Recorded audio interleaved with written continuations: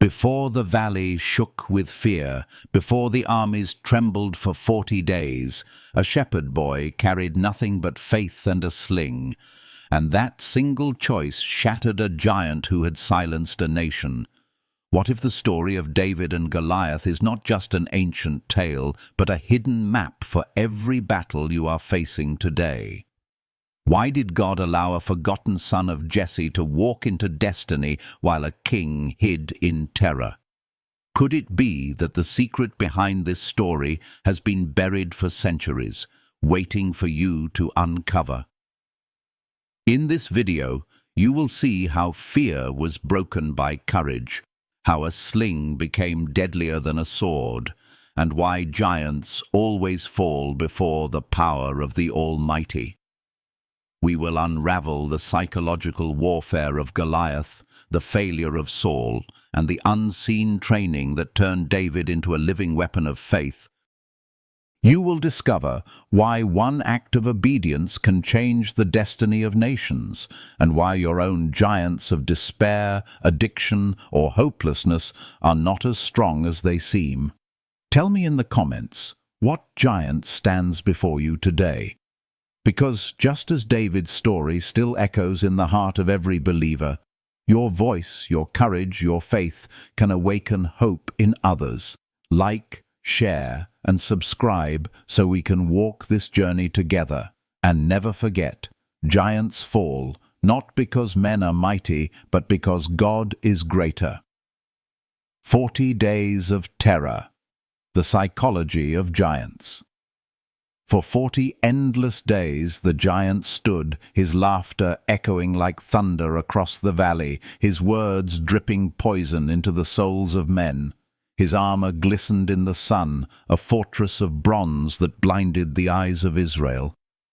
His shadow spread like a dark flood, and every morning, every evening, his voice hammered the hearts of warriors until courage was ground into dust.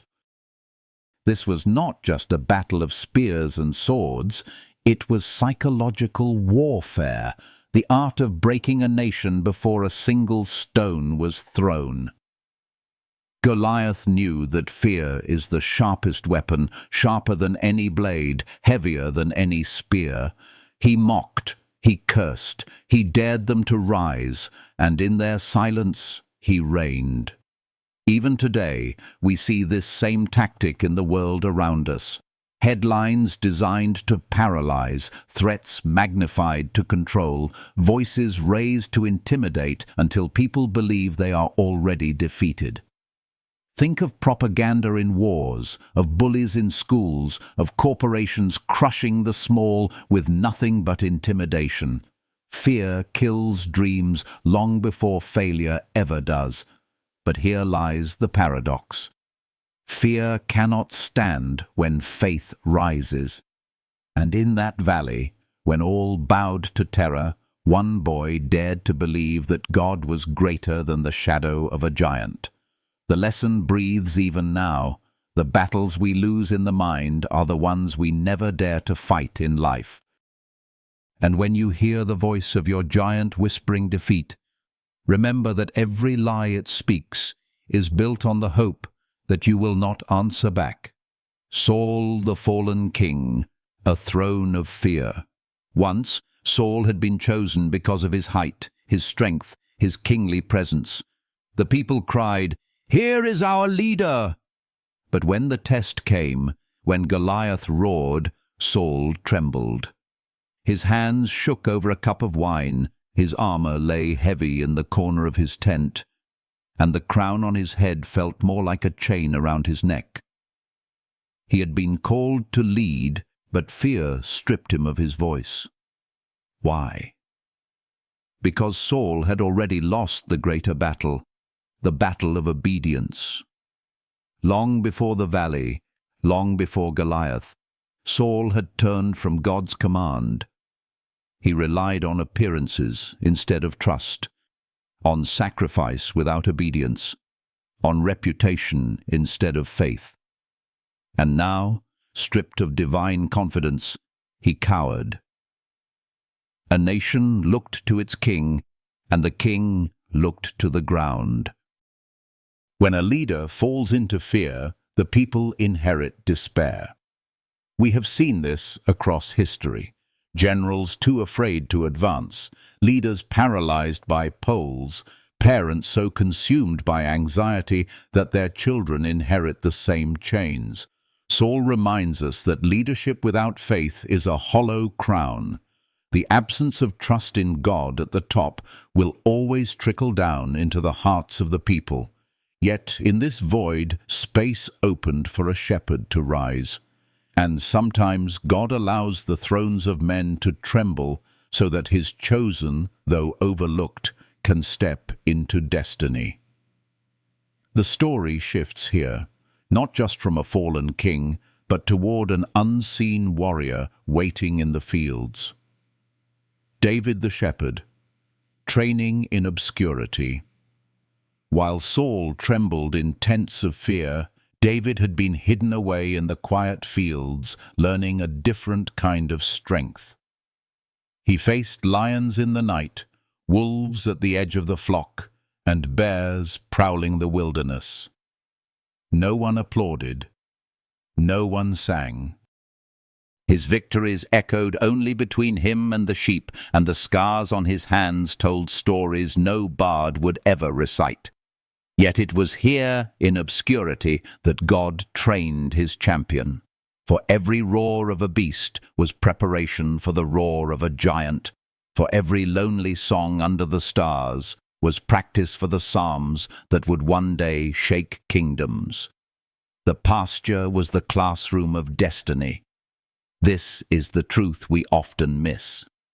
Greatness is never born in applause, but in obscurity. The world celebrates the stage, but God honors the field. In modern life, think of inventors laboring unseen before one breakthrough changes the world, or athletes training in silence while no crowd cheers until the day their names are sung. The hidden years are not wasted years, they are the forge of strength. And so David, overlooked by his father, mocked by his brothers, forgotten by kings, was in truth the only one being prepared for a battle that would echo for eternity. His story whispers to every heart today, do not despise your hidden season. Every unnoticed prayer, every quiet act of courage, every tear shed when no one was watching is sharpening your sling for the giant you will one day face. And when that day comes, the world will think you came unprepared, but heaven will know you were trained in the shadows. And so the scene is set. A giant who weaponizes fear, a king paralyzed by disobedience, and a shepherd forged in silence. The valley holds its breath, because what comes next will shake not only armies, but the destiny of nations. Clash of voices. Faith against mockery. David stood before Saul, not with the stature of a soldier, but with the stillness of faith. His brothers sneered, dismissing him as a child of arrogance. The guards laughed, their armor clanging with mockery. Even Saul himself looked with doubtful eyes, measuring the boy against the terror outside. Yet David's silence spoke more than their insults. He carried no sword, no shield, no title, only the memory of God's deliverance. Across the valley, the giant roared with curses, calling down gods of bronze and stone, spitting venom into the wind. His words were fire meant to scorch David's courage, but David answered not with fear, but with proclamation. The battle is the Lord's. Here lies the great paradox of words. Mockery drains courage, but faith-filled declarations create miracles. In every age, people have been crushed by the weight of ridicule. A student silenced by bullies, an artist abandoned by critics, a dreamer laughed at until they bury their vision. But faith once spoken, reshapes the battlefield. Imagine Martin Luther King Jr. declaring, "I have a dream," in the face of oppression, or a survivor of addiction saying, "I am free," when the world said they never would. Words birth worlds. The voice you choose to believe will either chain you to despair or call you forward into destiny. And in that clash of voices, David's song of faith silenced the roar of giants. Tell me, what voice have you been listening to? Drop your thoughts in the comments, because sometimes sharing your battle inspires someone else to fight their own. The sling and the stone, God's unlikely weapon. When David stepped onto the field, he refused the armor of Saul. Heavy bronze could not fit the frame of a shepherd, and the sword of a king was foreign in his hand. Instead, he reached for what was familiar, a sling and 5 smooth stones from the brook. To the world, it looked like folly. To heaven, it was strategy. Science tells us that a stone hurled from a sling could fly at speeds rivaling a bullet, striking with bone-breaking force. What seemed laughable to men was lethal in the hands of faith. Here is the mystery. God does not need the weapons of men to win the wars of eternity. He takes what you already know, what you have practiced in obscurity, and turns it into a tool of victory. In our age, we see it too. A teenager in a garage builds a company that topples empires. A lone voice on social media shakes governments. A song written in secret brings healing to millions. Never despise the small tools God has placed in your hand, for they may be the very instruments to slay your giant. Think of the single vote that changes history, the single kind word that saves a life, the single act of courage that shifts a culture. The sling was not just a weapon. It was a symbol that God delights in using the underestimated. And when David wound it above his head, the sound was not just air cutting, it was heaven aligning. The lesson shines. What is in your hand is enough when God's power flows through it. And so the stone flew, a whisper of destiny moving faster than any blade, and history itself held its breath. The giant falls, awakening a kingdom. The stone sank deep, and the giant's laughter turned into silence. His massive frame staggered, his shadow collapsing like a mountain torn from its base, and with a thunderous crash, Goliath fell. For a heartbeat, the valley froze. The armies of Israel gasped, their fear evaporating as awe flooded in. 40 days of paralysis shattered in a single moment of faith. What one boy believed became the spark that awakened an entire nation. Suddenly, the cowardly army surged forward, courage rising like wildfire. Fear had ruled them, but now hope commanded them. This moment is more than history. It is prophecy of the human spirit. When one person dares to act with faith, chains fall from thousands. Consider the marches of civil rights, where one voice carried millions, or the single decision of a mother who refuses to give up on her child, igniting generations of change. Giants fall, not only in valleys of stone, but in hearts, in families, in nations. The sight of Goliath's body lying still was not just victory, it was the rebirth of a people who remembered that God was still with them. And it whispers even now, your giant may look invincible, but the fall of fear is always sudden when struck by faith. Share in the comments, what giant do you believe is about to fall in your life? Because your declaration may awaken courage in someone else watching this very moment. And as the dust settled, the story was no longer about a boy or a giant. It was about a kingdom awakened, a people restored, and a God who proves that no shadow is too great for his light. Aftermath. From shepherd to song. The dust still hung in the valley when the voices of Israel broke into song. The boy who once carried bread for his brothers now carried the head of a giant, and the streets of the nation trembled with a new chant. Saul has slain his thousands, but David his tens of thousands. That chant became both crown and curse. For with victory came jealousy, and with fame came the weight of expectation. David could no longer return to the quiet fields of Bethlehem, no longer rest under the stars as an unknown shepherd. Triumph had stripped away innocence and clothed him in destiny. Saul's eyes turned dark, a king pierced not by stone but by envy, and so began the long shadow of rivalry that would shape David's path to the throne. Here lies the truth few understand: victory is never free. Every triumph carries responsibility, every crown bears a cost. Think of modern heroes, the athlete whose win becomes a burden of constant pressure, the activist whose words spark movements yet draw the fire of hatred, the leader who gains applause but loses privacy.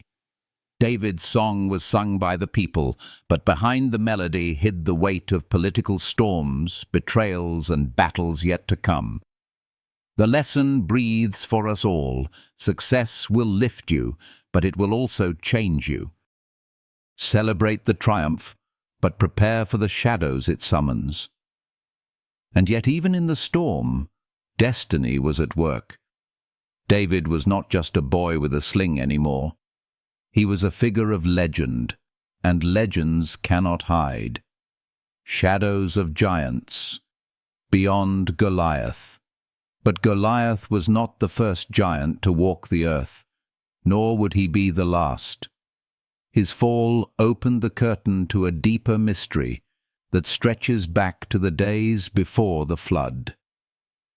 The scriptures whisper of the Nephilim, mighty men of renown, born of fallen angels and the daughters of men, creatures whose presence filled the earth with violence until God himself sent the waters to cleanse creation. The Book of Enoch paints the picture even darker. Watchers who defied heaven, who taught men forbidden arts, who sowed corruption until the world staggered beneath their weight. Goliath was but an echo of that ancient defiance, a shadow of those primeval giants who once challenged the order of God.